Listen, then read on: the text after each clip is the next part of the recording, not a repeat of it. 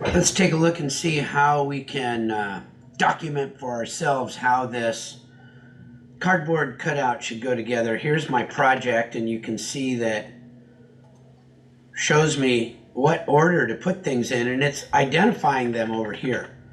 As I put one on, it identifies which one I've just put on. And so I want to be able to record that. This doesn't have a great record feature.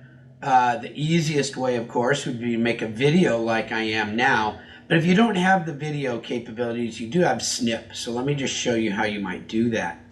So here I've opened up a Google slide, and I've made a bunch of slides. They're blank. And here I've got my slicer copy, and I've got it on the assembly steps. And so I'll just take some snips of that. Here we go. Here's my snipping tool. So I can kind of see what's going on, and I'll do a new snip, and I'll take the whole thing. Looks okay. Control C to copy it, and I'll put it on my first slide. So that's my step one. My next slide, of course, I'll go to step two. I just do my step button down here, and then it tells me which one to put on next. So snip again. And this is nice because it gives you the view, and it tells you where on your product you're looking to do this. And I just hit the wrong button, so let me do a Control C to copy, Control V to put it on. And I'll just keep doing that until I'm done. And it takes probably 10 or 15 minutes. Now this one's over here. I might, after I've done my snip, need to really kind of identify that just a little bit better. I might need to point at it. So here's your arrow key. So you can point at which one it is. And if you want to, you can even change that color and make it a little bit bolder. There we go.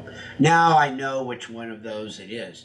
Now, this then shows you how you can record this, and then of course you can print this out or have it while you're putting it together. The goal, of course, is getting this all done. Now this comes on a great big sheet of cardboard, and it looks like that. So you might also want to take a snip of this Get Plans, which tells you where they all are. Then when you've got your big piece of cardboard, you can use a pencil or a pen and write the number on each of these before you cut them out, before you punch them out. That'll be kind of important later on. So now you've got a big pile of these sitting there. You want the numbers on it. So let me go ahead and take a snip of that so that I've got my thing, and then I can